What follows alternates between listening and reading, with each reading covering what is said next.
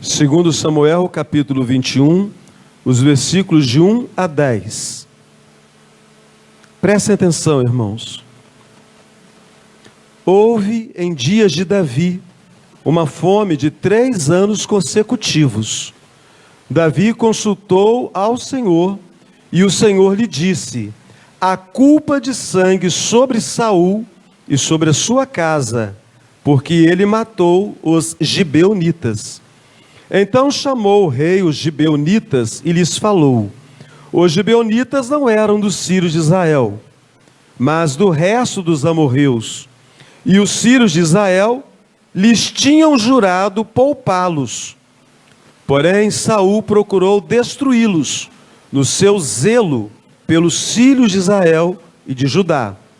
Perguntou Davi aos gibeonitas: que quereis que eu vos faça? E que resgate vos darei, para que abençoeis a herança do Senhor? Então os gibeonitas lhe disseram: não é por prata nem ouro que temos questão com Saul e com sua casa, nem tampouco pretendemos matar pessoa alguma em Israel.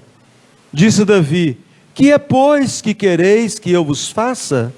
Responderam ao rei: quanto ao homem que nos destruiu e procurou que fôssemos assolados, sem que pudéssemos subsistir em limite algum de Israel, de seus filhos se nos deem 7 homens, para que os enforquemos ao Senhor em Gibeá de Saul, o eleito do Senhor.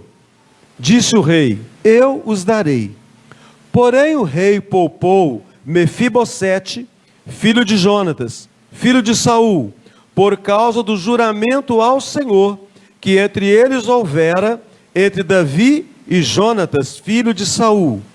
Porém tomou o rei os 2 filhos de Rispa, filha de Aiá, que tinha tido de Saul, a saber, a Armone e a Mefibosete, como também os 5 filhos de Merabe, filha de Saul, que tivera de Adriel, filho de Barzilai, meolatita, e os entregou nas mãos dos gibeonitas, os quais os enforcaram no monte, perante o Senhor. Caíram os 7 juntamente. Foram mortos nos dias da ceifa, nos primeiros dias, no princípio da ceifa da cevada. Então Rispa, filha de Aiá, tomou um pano de saco e o estendeu para si sobre uma penha, desde o princípio da ceifa, até que sobre eles caiu água do céu, e não deixou que as aves do céu se aproximassem deles de dia, nem os animais do campo de noite. Bondoso Deus, graças damos a Ti por essa palavra. Que o Senhor possa nos trazer ensino dessa palavra, e que possamos, através deste ensino, adquirir sabedoria para vivermos a vida segundo a Tua vontade e não segundo os nossos próprios interesses. Abençoa-nos, ó Deus. É a oração que fazemos no santo nome do Senhor Jesus. Amém. Meus irmãos queridos, nós vamos refletir sobre um tema que toca profundamente as nossas vidas, especialmente os nossos relacionamentos, as consequências das questões mal resolvidas de nossa vida. Você tem, porventura, alguma questão mal resolvida na sua vida? É bem possível que você tenha. É bem possível que eu tenha. Nós somos pecadores, imperfeitos. Muitas coisas que nós gostaríamos de fazer, nós não conseguimos levar a cabo. Então eu gostaria que vocês pensassem sobre as tristes consequências dos assuntos mal resolvidos. Não é pensar nas questões mal resolvidas dos outros não, tá bom? A gente sabe da vida de todo mundo, a cidade é pequena. Então não é pensar na questão mal resolvida da vida do outro. Oh, que pena que fulano não está aqui essa noite. Tratar de coisa mal resolvida. A pessoa precisava estar aqui essa noite. De repente é uma coisa mal resolvida com você. Mas tem certeza que a culpa é da pessoa e não sua? Então nós vamos pensar nas questões mal resolvidas de nossas próprias vidas. E meus irmãos, é um tema extremamente abrangente, porque eu tenho certeza que você tem questão para resolver dentro de casa. Ninguém tem família perfeita. Possivelmente você tenha questões para resolver no seu trabalho. Ninguém tem um trabalho dos sonhos. E possivelmente você tem questões para resolver dentro da igreja. Nós não somos uma igreja perfeita e ela não existe. A igreja perfeita é a igreja que nós vamos experimentar na glória eterna. E quer seja na família ou no trabalho, afeta a sua caminhada cristã tanto quanto se fosse dentro da igreja. De repente, se eu tenho pendência na igreja, amém, que bom. Mas se você tem pendência na família, ou no trabalho, ou em algum relacionamento, isso vai atrapalhar a sua caminhada cristã. E meus irmãos, a jornada cristã é uma jornada na qual enfrentamos conflitos, desentendimentos. Problemas são comuns que se apresentem ao longo da nossa vida. E se eles não forem tratados com sabedoria e a graça de Deus, podem gerar profundas feridas e cicatrizes duradouras. Então, meus irmãos, nós precisamos pensar nas muitas vezes que nós deixamos um problema sem solução de lado, ou que nós ignoramos um conflito pensando assim, que com o tempo nós vamos resolver aquele problema. Então, família, trabalho, igreja, ou até no íntimo do nosso coração, questões pendentes na nossa vida. Então, tem gente com questão mal resolvida, porque está mal resolvido. De repente a questão mal resolvida da família é que você está mal resolvido na família. De repente a questão mal resolvida do trabalho é que você está mal resolvido no trabalho. Você que é o problema da sua família, você que é o problema do seu trabalho. E de repente a questão mal resolvida da igreja é você também. Você que é o responsável por essa questão mal resolvida. Tá bom para ouvir essa palavra? Porque eu me preparei para ouvir essa palavra. Para que Deus me incomodasse acerca dessa palavra. Porque eu creio que a Bíblia é verdadeira, Meire. Deus te fez reta, assim como fez a mim também. Mas nós somos tolos. E acaba que, vez por outra, a gente se mete em confusão, que vai trazer aborrecimento para a nossa vida. Então, assunto importante. Situação mal resolvida tem a tendência de se tornar um fardo pesado, um obstáculo para o nosso crescimento espiritual. O que está em jogo aqui não é a sua família, não é o seu trabalho, é a sua vida com Deus. Porque dela depende todas as coisas. De que adianta ganhar o mundo inteiro e ir com a alma para o inferno? Não adianta nada. Então nós precisamos resolver as questões pendentes para nós termos uma vida espiritual abençoada. Então a palavra de Deus nos ensina o que fazer, com essas questões, com essas pendências. E meus irmãos, não há saída. Essas questões têm que ser tratadas com sinceridade, com perdão e com humildade. Sinceridade para não deixar oculto o que tem que ser resolvido. De repente você quer fazer de conta que não tem problema. Isso não vai resolver o seu problema.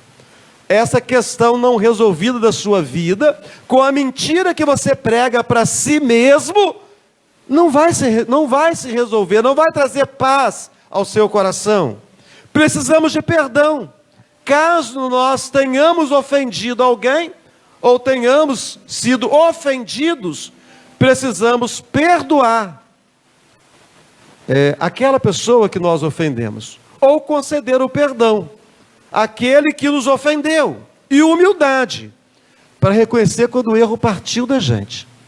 Então, eu tenho certeza que todos que entraram têm uma questão pendente na vida. Todos nós temos uma questão pendente na vida. Ah, eu não tenho não. Você foi para o céu? Que bom, você está aqui o fantasma, né? Então, se nós estamos aqui, nós temos questões pendentes. Só que a gente tem feito opção, Renato Júnior, de evitar confronto. Confronto é coisa difícil. Pessoal, eu tenho que me confrontar com você por uma questão pendente? O confronto é uma coisa desagradável.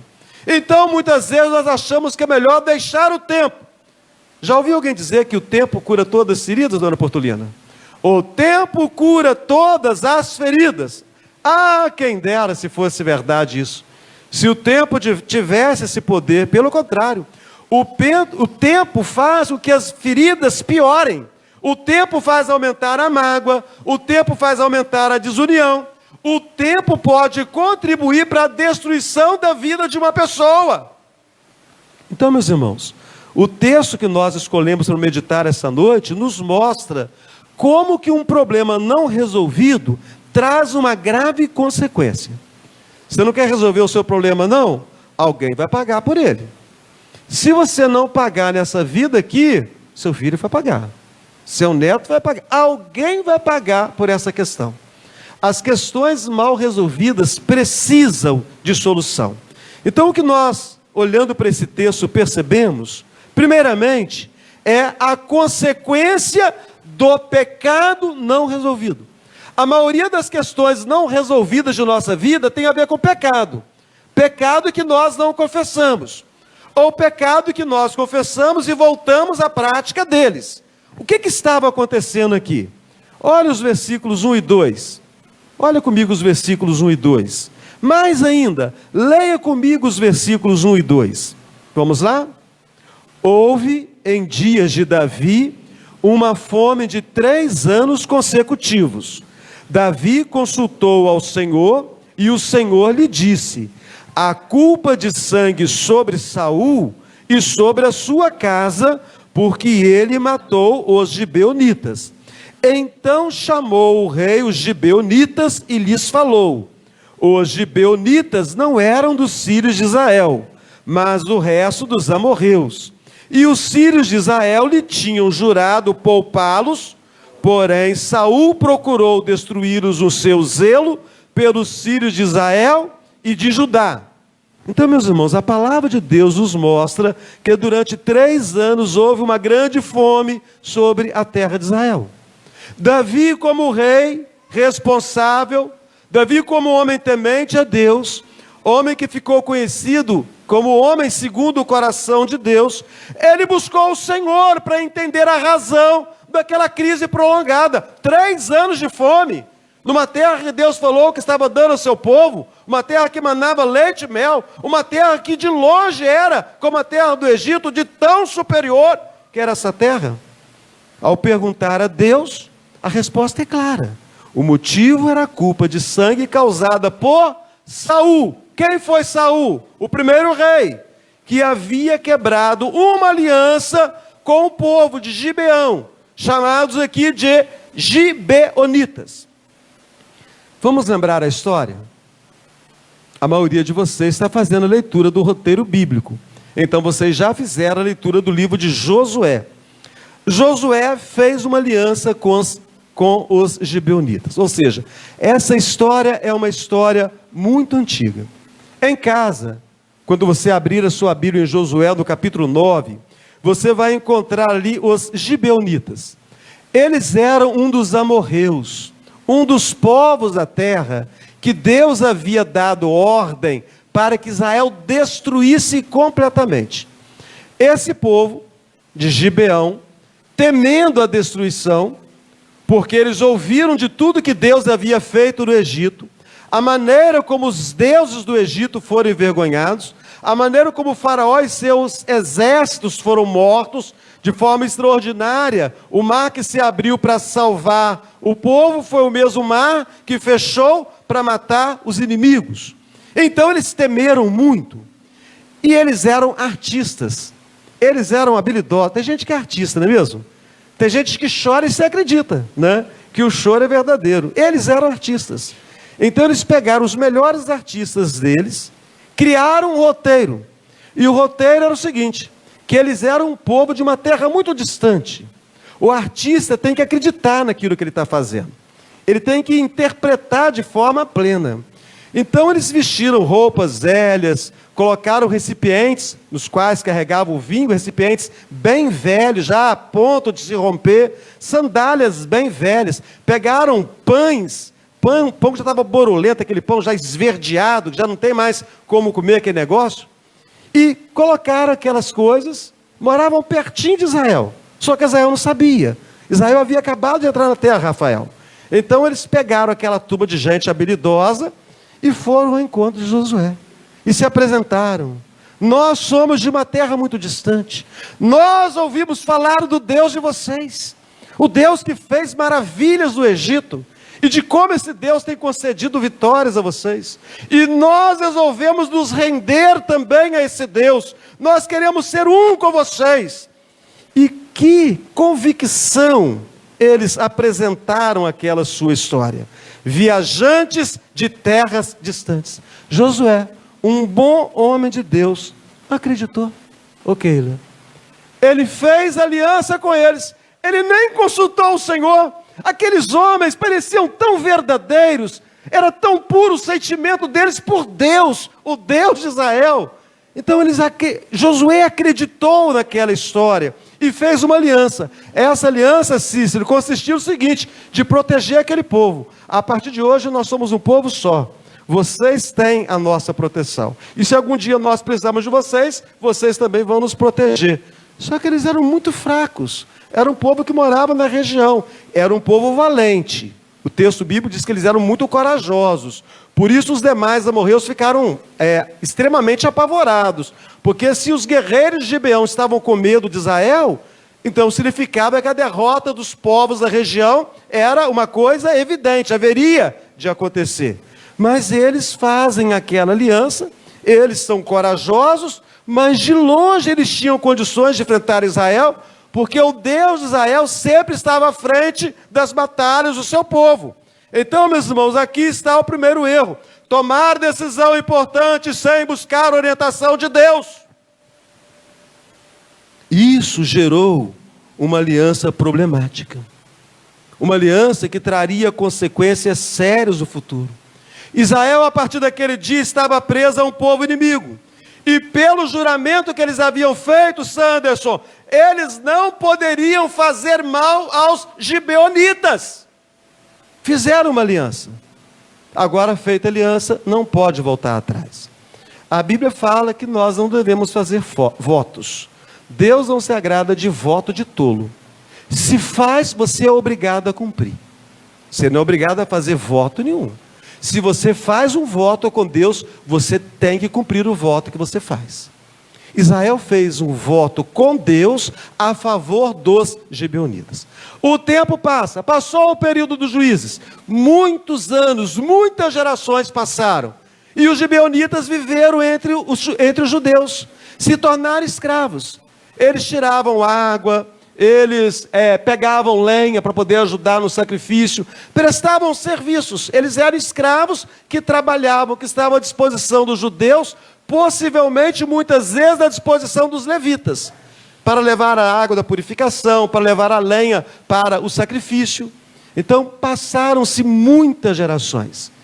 Israel agora tem o período da monarquia, não é mais conduzido pelos juízes. E o primeiro rei é Saul. E Saul tem um zelo muito grande no seu coração. Saul sabe que os gibeonitas fazem parte daqueles povos que não foram conquistados totalmente. E esses povos eram maus. Esses povos adoravam deuses terríveis.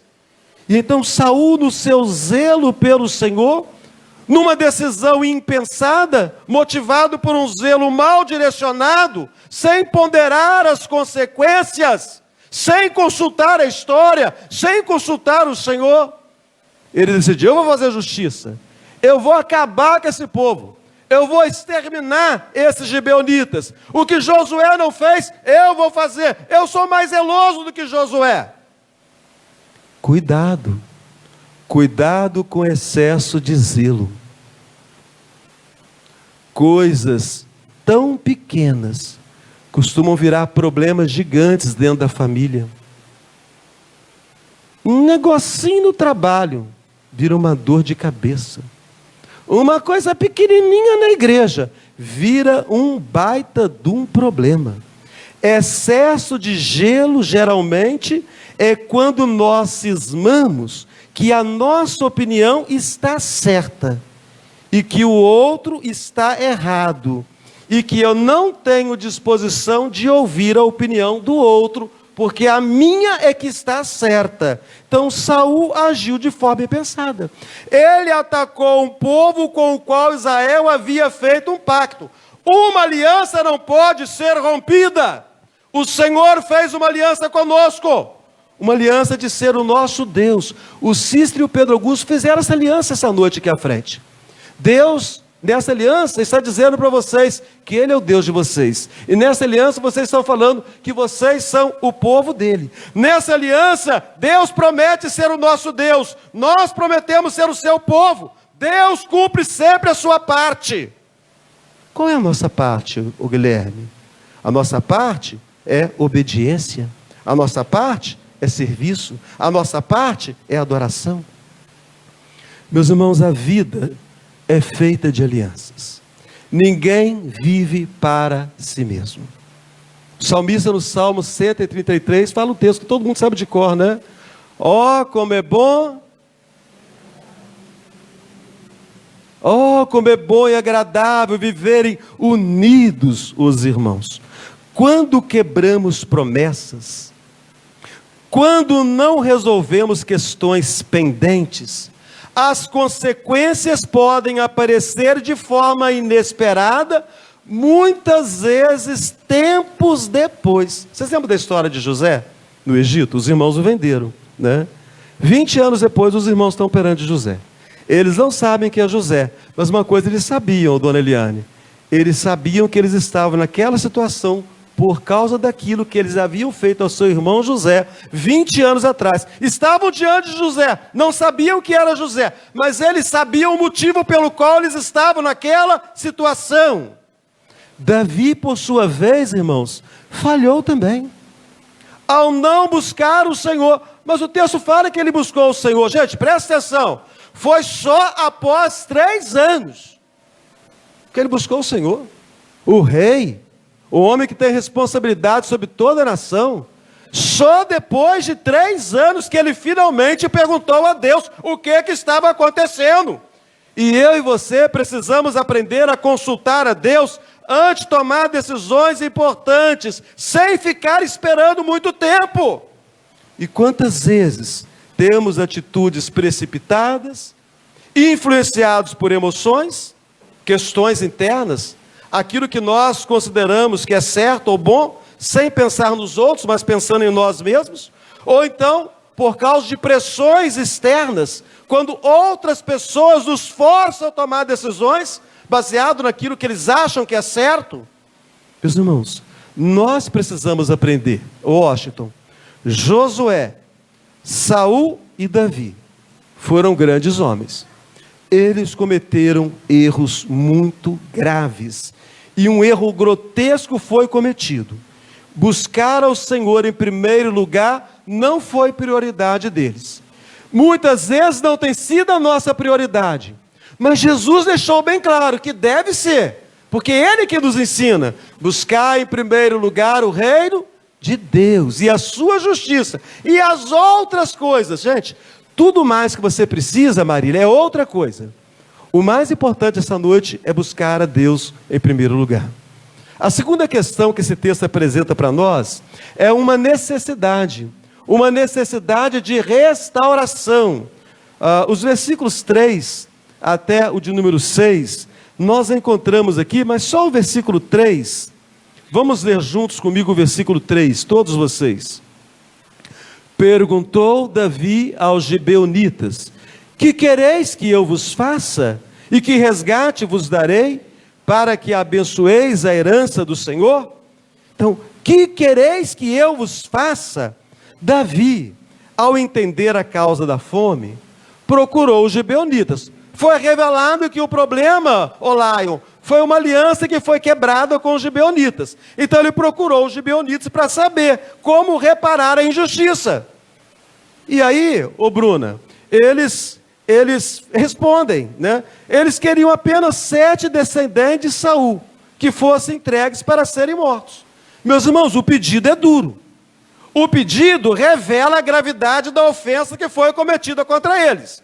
O erro de Saul trouxe sofrimento para os descendentes de Saul. Os que morreram eram homens descendentes de Saul, porque foi Saul o rei, Saul quem quebrou a aliança, Saul quem tentou exterminar um povo que estava sob proteção. Então a falta de consultar a Deus o passado gerou agora para Davi uma crise de difícil solução. De repente você está tentando resolver um problema na sua casa, difícil. Alguém lá atrás, infeliz, gerou uma crise. E agora você tem que resolver esse problema. Alguém lá atrás gerou uma crise. Um grande homem de Deus, Josué, gerou uma crise. Saul, um grande homem de Deus, gerou uma crise. E agora Davi, o homem segundo o coração de Deus, ele tem que resolver esse problema. Então o erro de Saul de não consultar o Senhor, assim como o erro de Josué, né? Então Davi precisou lidar com as consequências daquelas decisões erradas. Será que você tem tido necessidade de lidar com um problema mal resolvido de alguém? Ou você conhece alguém que esteja passando por essa situação? É uma situação que a Bíblia mostra para nós.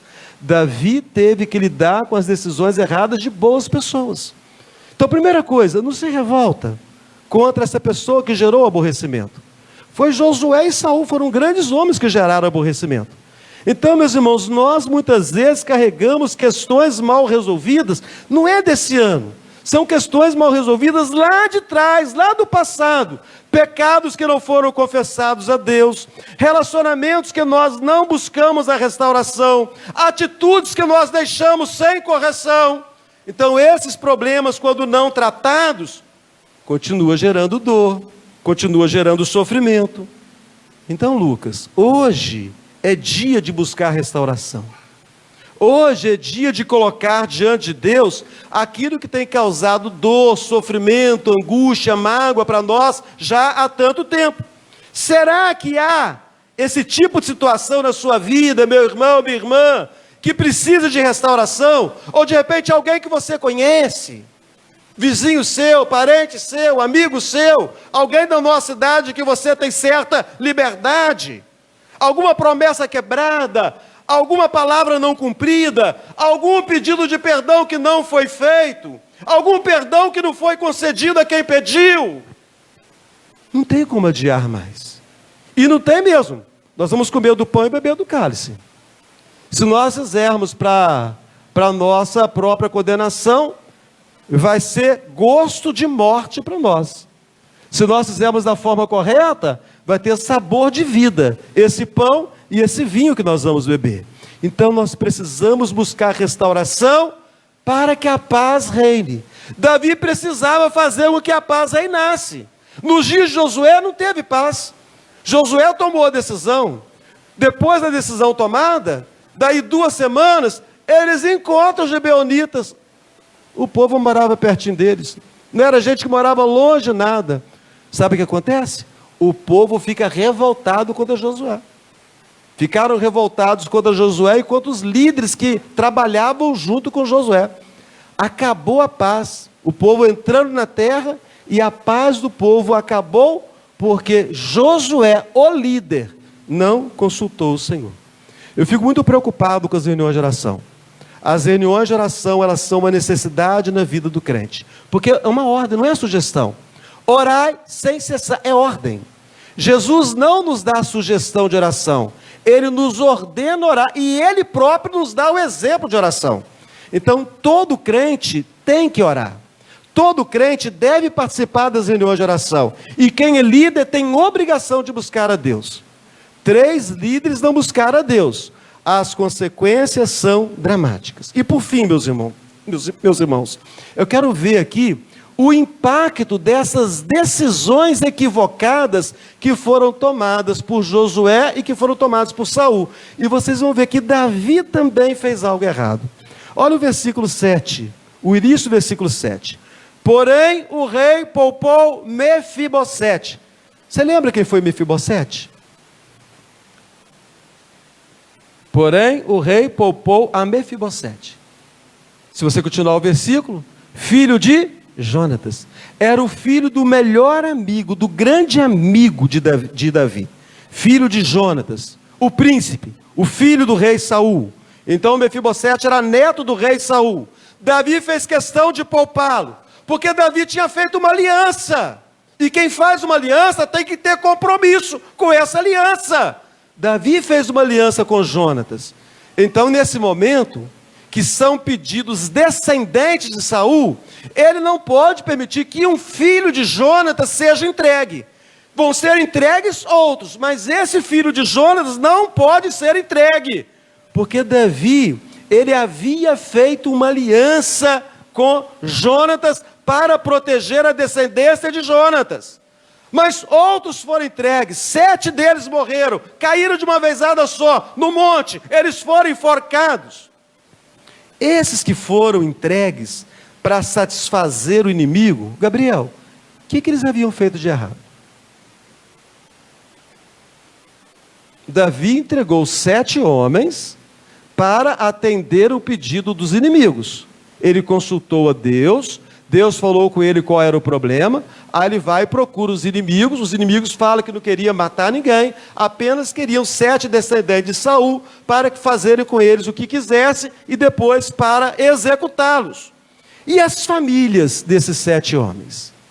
Os pais deles, as mulheres, os filhos. Meus irmãos, quando nós lemos o texto, nós paramos para pensar, na tristeza de todos aqueles familiares, ao pensar naqueles 7 moços, entregues nas mãos de um povo perverso. O que eles devem ter sofrido antes de serem executados. E a família não pode fazer nada. O rei tomou uma decisão. Sabe o que a gente aprende com isso, Noemi? Que até mesmo decisões tomadas para reparar erros, costumam trazer problemas maiores. Costumam trazer prejuízo. Costumam trazer sofrimento para alguém. As decisões erradas de Josué, de Saul e de Davi. Onde Davi errou? Ele consultou a Deus. Aí ele vai, Thelma. O problema é que há a culpa de sangue de Saul pela morte dos gibeonitas. Aí ele vai lá nos gibeonitas, já sei qual é o problema, nós estamos passando assim, assado, Saul cometeu um crime contra vocês, o que vocês querem que eu faça para a paz voltar a reinar no meio do povo? Espera aí, consultou a Deus, agora consulta o inimigo? O que está passando na cabeça de Davi? Se ele consultou a Deus, e Deus mostrou o problema, então não deveria consultar a Deus novamente, Alice? Senhor, o que fazer agora? O Senhor revelou que esse é o problema. O que eu devo fazer agora para o bem do povo? Ele vai direto dos inimigos. Que artistas que são eles, o presbítero Dionésio. Desde aquela geração passada, anos se passaram, décadas haviam se passado, e haviam grandes atores ali ainda. Nós não queremos que morra ninguém, que isso? Nós não queremos que ninguém seja prejudicado. Mas apenas 7 descendentes de Saul, para nós oferecemos ao Senhor. Que Senhor? Jeová? Aqui fala Jeová, o Senhor com as letras maiúsculas, o nome sagrado de Deus. Eles dão a entender que eles vão oferecer aqueles homens sacrifício a Deus. E o Davi permite todas essas barbaridades. Então, meus irmãos queridos, nós precisamos refletir. Antes de tomarmos decisões importantes, nós precisamos nos perguntar o tempo inteiro se nós estamos agindo com sabedoria. Nós precisamos estar consciente das consequências na vida das pessoas que estão ao nosso redor. Então, meus irmãos, decisões impensadas trazem dor, não apenas para quem toma, mas para todos aqueles que estão ao redor. 2 mães vão pagar por essa história toda. Rispa e Merabe. O que elas haviam feito? Vocês mães aí, vocês acham justo isso? Que aquelas mães pagassem pelo erro de Josué de não consultar a Deus? Pelo erro de Saul de não consultar a Deus? Pelo erro de Davi de não consultar a Deus? As decisões tomadas por eles recaem agora sobre a vida dessas 2 mulheres. E a atitude de uma delas, Pietra, é comovente. ela permanece ao lado do corpo morto dos filhos, protegendo os filhos dos animais selvagens, lobo, leão, chacal, hiena, das aves, abutres, urubus. E de repente, nós ainda não estamos entendendo. Você lê o texto, mas você não conseguiu interpretar muito bem o texto. Então vamos pensar comigo. Aquela mulher, ela lutou com todo o coração pelos corpos mortos dos seus filhos. O que ela tinha de acordo com o texto? Ela tinha um pano de saco e uma pedra. Colocar o pano ali para poder deitar, descansar, enquanto ela vigia os corpos mortos dos seus filhos, né? E quanto tempo foi isso? O versículo 9 fala: nos dias da ceifa, nos primeiros dias, no princípio da ceifa da cevada. Então nós estamos no princípio da colheita do café. Então lá era o princípio da ceifa da cevada. Possivelmente o mês de abril. Nós estamos no mês de abril, né? Então possivelmente o mês de abril. Quanto tempo que elas ficaram? Mamães, quanto tempo que elas ficaram vigiando os filhos mortos? Um dia inteiro, 24 horas. Uma semana, um mês inteiro. O versículo fala para nós: até que sobre os corpos caiu água do céu. Sabe quando acontecia isso? No mês de outubro. De abril a outubro, aquela mãe ficou vigiando os corpos mortos dos seus filhos. Ela viu tudo. O processo de dissolução do corpo humano. Ela viu os corpos de seus filhos incharem. Ela viu os corpos de seus filhos estourarem. Ela viu as entranhas de seus filhos se derramarem pela terra. Ela sentiu o cheiro insuportável. Não tem cheiro mais gostoso que o cheiro dos nossos filhos. A gente abraça o filho de manhã, dá um beijo gostoso. Não tem cheiro mais gostoso que o cheiro dos nossos filhos. Durante aqueles meses todos, talvez 4, 5, 6 meses, ela sentiu o cheiro da decomposição dos seus filhos. Uma mãe pagando caro pelo pecado de 3 líderes de Israel. Um era juiz e 2 eram reis. Concluindo, irmãos, um homem viveu anos longe do seu irmão. Mais ou menos 20 anos longe do seu irmão. Após tantos anos de conflito, ele decidiu pedir perdão, restaurar o relacionamento, voltar para o seu país. A atitude dele foi muito bem coroada. Ele foi recebido pelo irmão, que deu um abraço apertado, um choro gostoso, aquele choro que faz bem à alma da gente, e trouxe também para aquele filho a unidade da família. Por causa dos problemas daqueles 2 irmãos, ambos se desentenderam com o pai. E acabou que o pai não tinha bom relacionamento com nenhum dos 2. Aquele período longo, a mãe morreu. Quando ele volta para casa, sua mãe já está morta. É claro que você sabe de quem eu estou falando, né? É Jacó.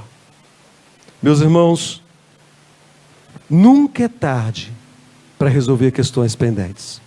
Jacó deixou passar 20 anos. Você pode deixar passar 20 anos se quiser. Você pode deixar passar décadas, como de Josué até Saul aconteceu. Você pode deixar passar 3 longos anos. Mas você pode tentar resolver o problema. Nunca vai ser fácil. Tem que orar muito. Buscar a presença de Deus para resolver a questão mal resolvida da nossa vida. Essa questão é aonde? É na sua família? É com os seus relacionamentos? É no seu trabalho? Essa questão aqui na igreja? Ou na sua igreja? Então nós precisamos resolver essas questões. Não dá para eu e você resolver isso hoje não. Mas nós vamos orar nesse instante e vamos declarar para Deus. Nós não vamos deixar passar 20 anos não. Mas esse ano nós vamos esforçar para quem sabe até a próxima Santa Ceia, o problema mal resolvido da nossa vida nos permitir estar aqui e comer o pão e beber o cálice, tomados de uma alegria maior. Porque eu tenho certeza que assim como eu vou comer o pão e beber o cálice com uma certa tristeza no meu coração, por causa de questões pendentes, difíceis de serem resolvidas, eu tenho certeza que o mesmo vai acontecer com você. Bondoso Deus, graças damos a Ti. Pedimos, ó Deus, a iluminação do Teu Espírito sobre nós nesse instante. A história bíblica nos mostra uma questão resolvida de forma totalmente equivocada. Josué não consultou o Senhor.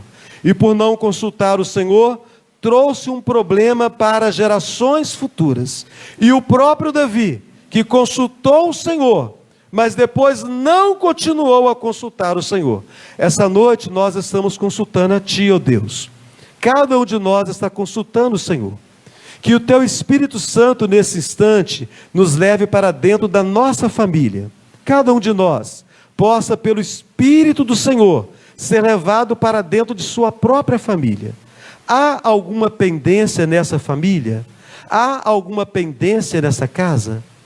Que o Teu Espírito também nesse instante possa nos conduzir para o nosso trabalho, para o relacionamento com as pessoas com as quais nós trabalhamos diariamente. Há algum empecilho? Há algum obstáculo? Há alguma coisa mal resolvida? Há alguma palavra infeliz dita fora do tempo? Que o Teu Espírito Santo possa nos trazer nesse instante para a Tua igreja, para a Tua casa. Há alguma questão mal resolvida? Há algum problema pendente? Há alguma situação que nós precisamos resolver a fim de ter paz em nosso coração e participar da Santa Ceia com alegria? E não tanto com temor, mas com prazer? Que o Teu Espírito nos ajude, ó Deus. E até a próxima ceia, o primeiro domingo do próximo mês, todos que entraram no templo essa noite, e aqueles que ouvem em casa por meio do culto online, todos nós possamos retornar para a próxima ceia, com esse problema resolvido, pelo menos da nossa parte, e que o Senhor conceda a graça de que a outra parte também queira viver a paz, e queira viver a unidade que agrada a Ti. Assim oramos, no santo nome do Senhor Jesus, amém.